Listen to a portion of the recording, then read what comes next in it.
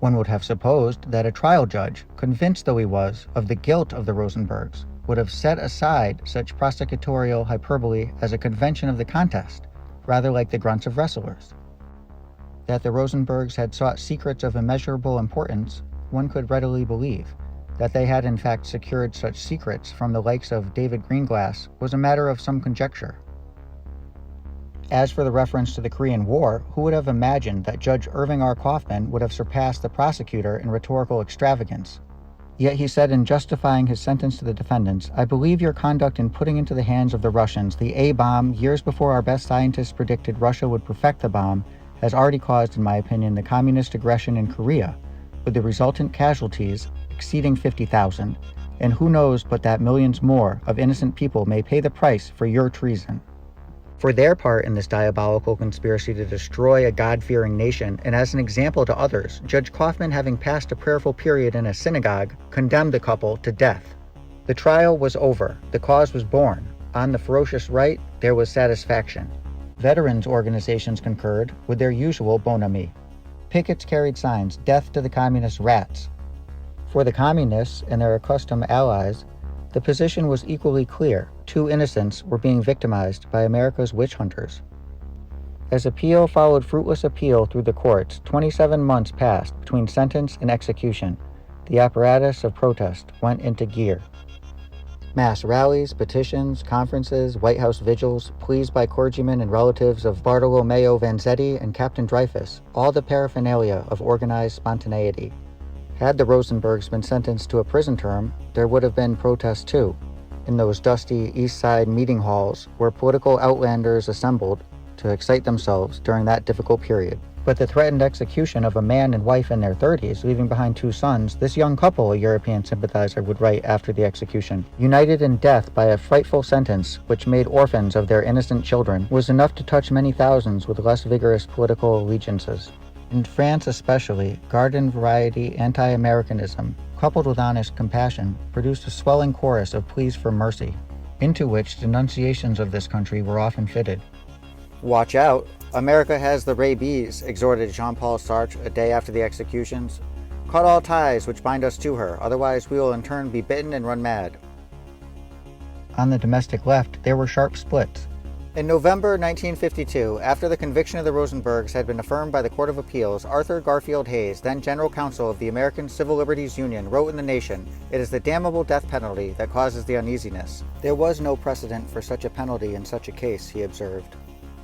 And he warned, if this judgment is carried through, we shall make martyrs of the Rosenbergs. But for a part of the left, including, it must be noted, the condemned couple themselves, martyrdom was not unwelcome. "We are the first victims of American fascism," Ethel Rosenberg would write in her last letter to Attorney Block.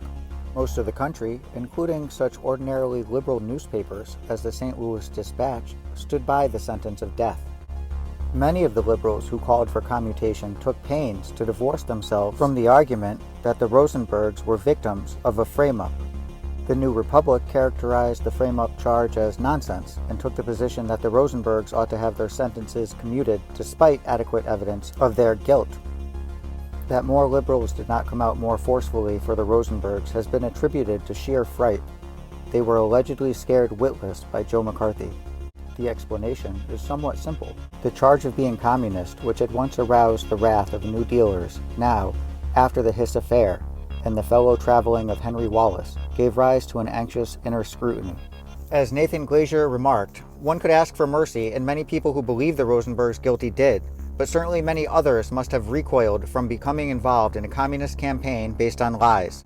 The official campaign was of a pattern with the Stockholm Peace Appeal and the protest against alleged U.S. germ warfare in Korea, other large-scale efforts of the early 50s to exploit the emotions of millions for the benefit of Soviet policy. Dorothy Thompson, who spoke out against the death sentence, suggested that the high-pressure tactics were designed to make it impossible for U.S. officials to relent, and so to assure the communist cause a couple of martyrs. In a similar spirit, the liberal Catholic Commonwealth wrote in February 1953 after the Pope had issued an appeal for clemency. Part of the great tragedy of the Rosenberg case has been its cynical exploitation by communist groups.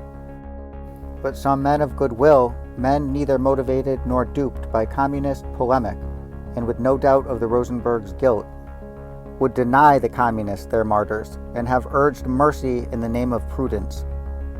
The charge that the Rosenbergs were victims of anti-Semitism was a favorite amongst their supporters. Nearly all the principals in their trial, defendants, witnesses, prosecutor Irving H. Sapol, abetted by Roy M. Cohn, Judge Irving R. Kaufman, were Jewish. As if to compensate for the imbalance, not a single Jew sat on the jury.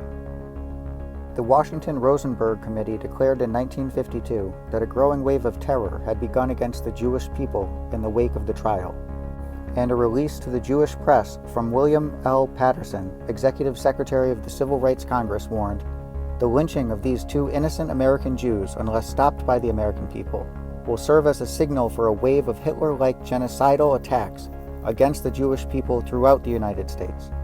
No newspaper used this release, however, and papers such as the New York Post and columnists such as Max Lerner, with large liberal Jewish followings, gave the lie to an argument that was patently designed to draw attention away from the ongoing persecutions of the Stalin regime. Where in all this were Julius and Ethel Rosenberg? The sinister picture painted by the prosecution rang as false as the shining portrait created and distributed by their promoters. Two Immortals was the heading of a daily worker series devoted to the memories of a couple who could use the word communist only in quotation marks. The early 1950s were a time of toughness for liberal intellectuals, an antidote to many years of softness. The Rosenbergs, then, came through as total servants of an ideological commitment, who thought and felt whatever that commitment required of them. Thus, though treason might be a crime in bourgeois eyes, if carried out for their overreaching principle, the defense of the Soviet Union, there was no real crime to it. And so they were innocent, they were victims. The betrayal of their essential humanity by their comrades and themselves left the burden of its defense with us.